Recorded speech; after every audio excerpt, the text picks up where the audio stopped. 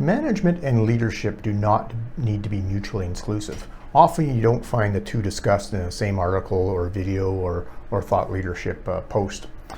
I believe that in order to have effective management, you have to have it baked in with good operational leadership principles. And to me, the best example I ever received was not in business, but in an extreme environment on a mountain. The operational leadership that Wally Berg used to manage a successful climb consisted of three things. 3 C's, in fact. He was consistent, he communicated consistently and with conviction.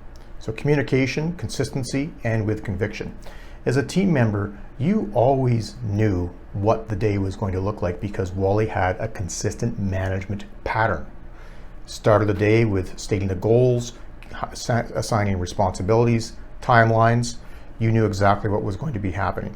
And that, in fact, was a repeat of the night before, because at the end of every day, he would recap what was accomplished and what we're going to be doing the next day, and who was going to be doing what.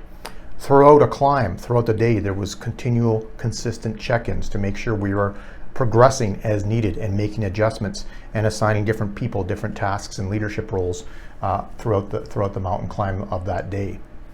So he had a consistent management plan that he communicated continually throughout the climb.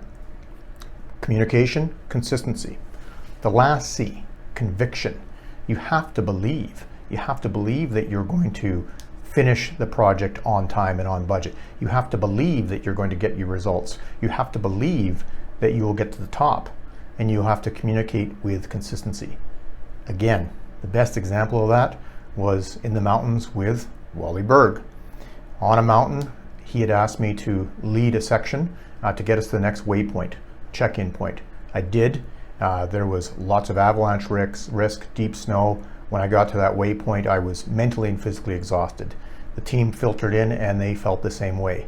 And that particular time on the mountain, we were the highest team on the mountain as all other teams had turned around because of the extreme conditions, cold, avalanche, snowpack, you name it. We got to the waypoint and everyone felt we had given it the college try. We had done our best. And there was no shame in turning around. And we were prepared to do so. Wally, who was marshaling troops, was the last to arrive. He came, he looked at the situation, he climbed around the corner. He came back, he pointed at the summit, and he spoke to the team. The winds are tolerable, the risk of avalanche is acceptable, there's 1,000 feet left to the summit, let's go. He rallied the troops, we all summited. That's communication with conviction. So to recap, you need to have consistency in your management practices. You need to be communicating with conviction consistently to enable to reach your goals. Wally always told us where we were going. We always knew the goal we had to do day in throughout the entire expedition.